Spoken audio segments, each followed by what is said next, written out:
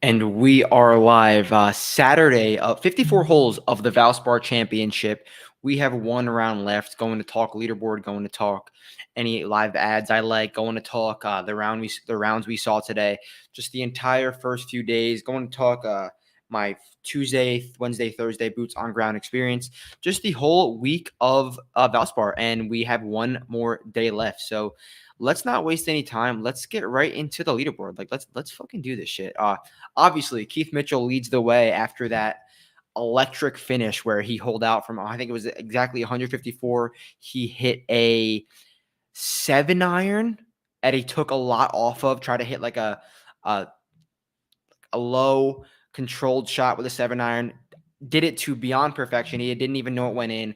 Obviously went in, finished off with the eagle, capped off a 29 back nine and a 4 under stretch of the snake pit, the record snake pit round. 4 under through the 16, 17, and 18. Like truly lucky, but he said that if he would have made 3 pars on those holes, he would have been very happy because he executed every single shot to perfection. So yeah, Keith was kind of down and out early in this round. He 3-putted from 14 feet on par 5 number 5, I believe. I think it's par 5 number 5. He 3-putted, and that's the second time he 3-put that hole this week. He did the same thing on Thursday. So hopefully he doesn't do that tomorrow. But after he did that, he was like at 3 under or 4 under at one point in his round, and I was like, all right, Keith's probably done. The lead got to around 9, and I mean, yeah, I have a 54-1 ticket on Keith. I'm surely sweating him and watching him, and I was like, yeah, he's out. I was also watching Scott Stallings because I had a 200-1 ticket on him, and Scott Stallings got made 3 birdies in a row, and I was like, okay, Scotty S is back in this mix, and then immediately made 2 bogeys. So Keith did what he had to do on the back 9, hit so many great shots. Like the shot he hit on 17 after he birdied 16. I mean, that's one of the hardest stretches on the PGA Tour. 16 through 18. It's called the snake pit for a reason. 16 made birdie. 17 made a tap-in birdie on the 180-yard par 3. And 18 obviously made the 2. Like going 29 on the back 9 at Valspar while somewhat being in contention is quite impressive when no one out there was doing anything really good. And that was the round of the day. Yes, that was the lowest round anyone shot today, which is what you got to do on moving day. Get yourself into the mix and get yourself into the lead. How is this going to feel? Like I had 1 stroke loss last week with Xander. I had a playoff loss with Keegan. I had a runner-up with Valimaki. I had Burns and Xander at Amex. Like I can't really stomach another close loss this 2024. I'm beyond due. Can Keith pull it out? And let's talk about the ball striking. Keith is gaining over 12, about 13 strokes ball striking, lapping the field tee to green, and he's losing 2 strokes putting. If he can gain, like what did he do today? Lost 2 strokes, lost half a stroke on Friday. If he can just gain this do this tomorrow, and the ball striking is anything like we've seen, Keith is going to win this because this isn't really a golf course where you can just go and shoot 64. Like Keith got so lucky to shoot 66. He needed a hole out eagle, and Cam Young hold out for eagle. Eric Cole hold out for eagle. Cam Young ended up shooting 68, and Eric Cole I think shot 72. What did Eric Cole shoot with 71, even with a hole out eagle? Like there's not low scores around here, and it's firming up. It's going to be tough. Like you just got to hang on, be patient, a war of attrition.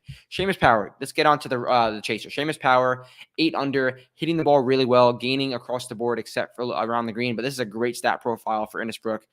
12th off the tee, 10th on approach, and 21st putting. That is a very good stat profile. Mackenzie Hughes sadly has no chance tomorrow. Look at this stat profile. You just can't. When you need to make birdies, you cannot be losing a stroke and a half off the tee. Like you have to set yourself in position to make birdies. He's first in the field in putting. I mean, he's a great putter, yes, but this is not. It's due to regress. Mackenzie Hughes has no chance. Same with Peter Malnati, except Peter Malnati is really driving the ball well, and I'm not sure where this came from because Peter Malnati is generally a poor driver of the golf ball, but he's found something this week, and hopefully they can carry over because I joke about Peter Malnati being in the mix, but like he is fun to see on TV. He's always like thanking someone. Like if he gets any sort of mic by him. Like he'll hit a shot and like he'll point at someone in the crowd and like just give him a nod. Like it's really funny. And like Peter Maloney's a great guy. So cool to see him in the mix. And then Cam Young. I was very close to betting Cam Young this week. And probably if I did bet Cam Young, I probably would never have bet Keith. But when I was there on Tuesday and Wednesday, he looked really – he just looked bad. And I was like, why would I bet Cam Young when he sucks anyway, and then he looks bad? But I said to myself, I just feel so confident about Cam Young shooting 2 under minimum every single day, which will play around Innisbrook. Just like his tee to green game is so good. He make some putts, don't make any putts, but 2 under minimum. And that's exactly what he's doing. Like 68, 69, 69, 68 for a great round. And like he hasn't even done anything special. Like really, he's second off the tee, 35th on approach. He's gaining across the board, and he didn't do anything great, and he still finds himself with another great chance to win a PGA Tour event. Like he's 3 back. He's going to be playing in the third to last group. Yeah, 1, 2, 1, 2. Yeah. He's playing with Brendan Todd. Cam Young and Brendan Todd pairing might be the biggest disparity in driving distance we've had this year. I'm going to like tweet that and see if anyone could get a better gauge on that. Brendan Todd, 67, 69, 70. When I had him first round leader on Thursday and I was sweating him, I was there. I was like the only person who was following Brendan Todd from holes 1 through 18. And he got the solo lead at 6 under. And then as soon as he got a 2-stroke lead, the next guy was at 4 under, threw up all over himself. Made an ugly bogey on number 7 from the middle of the fairway, had a wedge in his hand. And then number 8, he fatted his tee ball, and then he made a bogey there, and then made a okay par on number 8 on it was 9. So because he played the number 10, he started off on 10.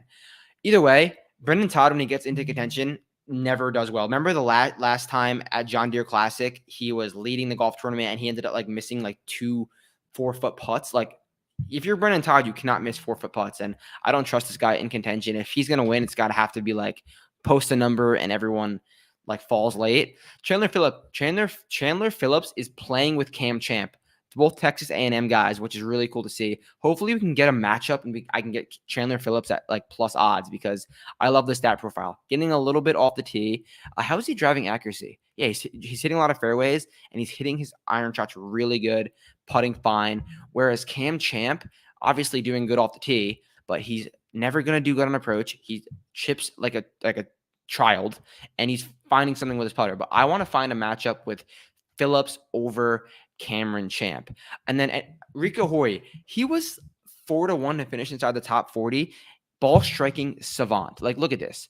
16th off the tee, 12th on approach. And this is like the 3rd week in a row where he's really hitting the ball good. I got to keep an eye out for. Joseph Bramlett kind of was on the leaderboard early, and then they made a bunch of bogeys in the middle of his round, kind of bounced back, but he's hitting the ball okay. He's doing everything really good except for putting. I kind of like Joseph Bramlett next week, but that is not for this podcast. So let's take a look and see if there's any guys that I want to potentially deploy as like a long shot backdoor top 10 type vibe. Joel Damon is second in the field in ball striking. He's losing 2.8 strokes putting. But he's T46. What can we get on a Joel Damon top 20? Is it up here? No, it's not. Joel Damon is not up here for top 20. What is he for a top 10? He's 35-1 for a top 10. So I would assume he's around 15-1 for a top 20. I do not hate that at all. Someone else. Ryan Moore's hitting his irons really good. If he can find fairways and get hot. And he's currently T13. What's Ryan Moore for a top 10? He's plus 260 to finish inside the top 10, and he's currently T13. Like he's one. I like that too. So those are 2 live ads, and plus this Phillips over Cam Champ. I think I like too. But yeah, that about sums it up. Quick 10-minute stream to recap everything, and yeah, let's do it. I am hyped for tomorrow. We have Keith Mitchell 54-1. Hopefully you guys tailed me on that and we can cash a ticket because we have been so close over the last few weeks. We're definitely overdue, and yeah, good vibes tomorrow. Any questions, you know where to find me. I'll catch you guys Monday for Houston Open. Peace.